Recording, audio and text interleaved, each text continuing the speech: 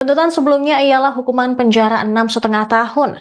Kala itu, Prabowo menyatakan hakim seharusnya dapat menjatuhkan hukuman 50 tahun penjara bagi koruptor yang merugikan keuangan negara hingga ratusan triliun rupiah. Prabowo tidak menyebut secara spesifik koruptor yang ia maksud, tapi publik baru-baru ini dihebohkan dengan vonis ringan terhadap Harvey Muiz. Pernyataan Prabowo pada 30 Desember 2024 tersebut langsung menjadi perbincangan publik yang mengkritik hukuman ringan Harvey. Sementara itu, Kapus Penkum Kejagung, Harli Siregar pada 31 Desember lalu juga mengatakan jaksa sebelumnya sudah menuntut Harvey dengan hukuman 12 tahun penjara sesuai alat bukti di persidangan. Namun suami aktris Sandra Dewi tersebut hanya dihukum 6,5 tahun penjara pada pengadilan tingkat pertama dalam perkara korupsi yang merugikan negara sebesar 300 triliun rupiah tersebut.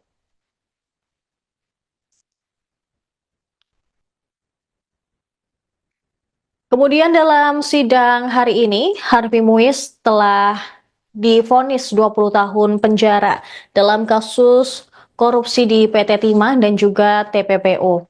Ketua Teguh Haryanto pada hari Kamis 13 Februari menyatakan Harvey juga didenda sebesar 1 miliar dengan ketentuan apabila denda tersebut tidak dibayar akan diganti dengan pidana kurungan selama 8 bulan. Dalam sidang putusan Harvey tidak dihadirkan di Pengadilan Tinggi Jakarta hari ini. Dia selain itu juga harus mengganti kerugian material kepada negara sebesar 420 miliar rupiah. Dengan ketentuan apabila tidak membayar uang pengganti selama sebulan, maka harta benda dapat disita oleh jaksa dan dilelang untuk menutupi uang pengganti tersebut. Namun jika hartanya tidak cukup, hukuman penjara Harvey akan ditambah sebesar 10 tahun. Tidak ada pertimbangan meringankan dari hakim. Hal yang memberatkan adalah Harvey tidak mendukung pemerintah dalam memberantas korupsi di Indonesia. Selain itu, tindakan Harvey Muiz yang melakukan korupsi juga menyakiti hati masyarakat.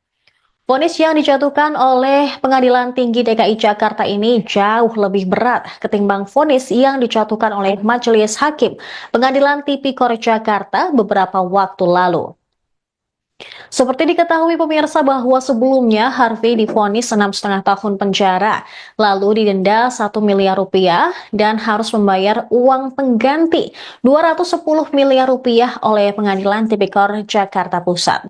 Harvey juga sudah mulai ditahan di Kejagung pada 27 Maret 2024.